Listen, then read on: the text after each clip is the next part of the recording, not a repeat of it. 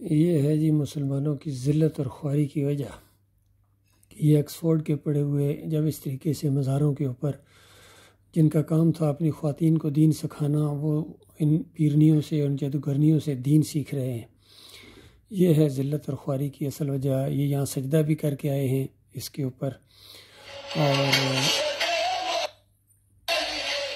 ان کا یہ حال ہے کہ یہ لوگوں کو دین بھی سکھا رہے ہیں اور کہہ رہے ہیں فلائی مبرکست بنا دیں گے اور ریاست مدینہ بنا دیں گے۔ تو بتاؤ یہ ذلت اور خواری کی یہ وجہ ہے ظالموں، بے ایمانوں، یہ شرک اللہ کو گالی ہے، اور یہ مزاروں کو پوجنا، یہ قبریں پکی کرنا، یہ خالص بت پرستی ہے۔ بس میں اکثر جاتا ہوں، سال میں 2 دفعہ چلے جاتا ہوں پونیا۔ یہ دیکھیے تو پونیا جاتا ہوں تو ایک یونیورسٹی کا پروفیسر ہے قاسم علی شاہ صاحب، اکثر وہ میرا گائیڈ ہوتا ہے، تو اس کا نام ابراہیم مائدہ ہے۔ اس دفعہ ملا تو کہتا ہے پروفیسر صاحب میں آپ کو ایک نئے کوئی رمز بتاؤں۔ میں نے کہا جی بتاؤ۔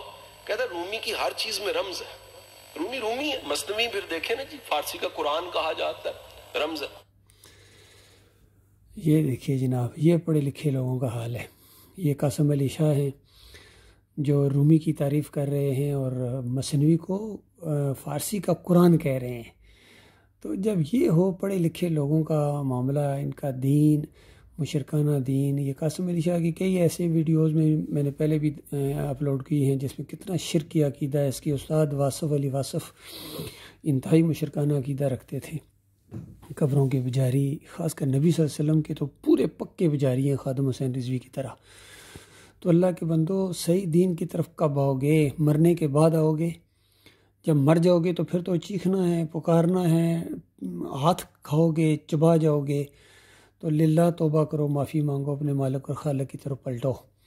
جو آتا ہے ایک سے ایک بڑھ کر مشرک آتا ہے، چاہے وہ بڑی بڑی دستار بندیوں والے ہوں، پگڑیوں والے ہوں، اور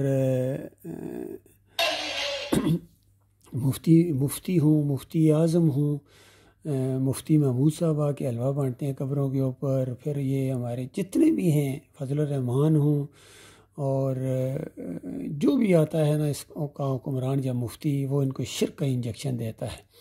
یہ ہے اس امت کا سب سے بڑا مسئلہ۔ اللہ تعالیٰ ان کو ایمان خالص دے، اللہ تعالیٰ غور کرنے کی توفیق عطا فرمائے ان کو۔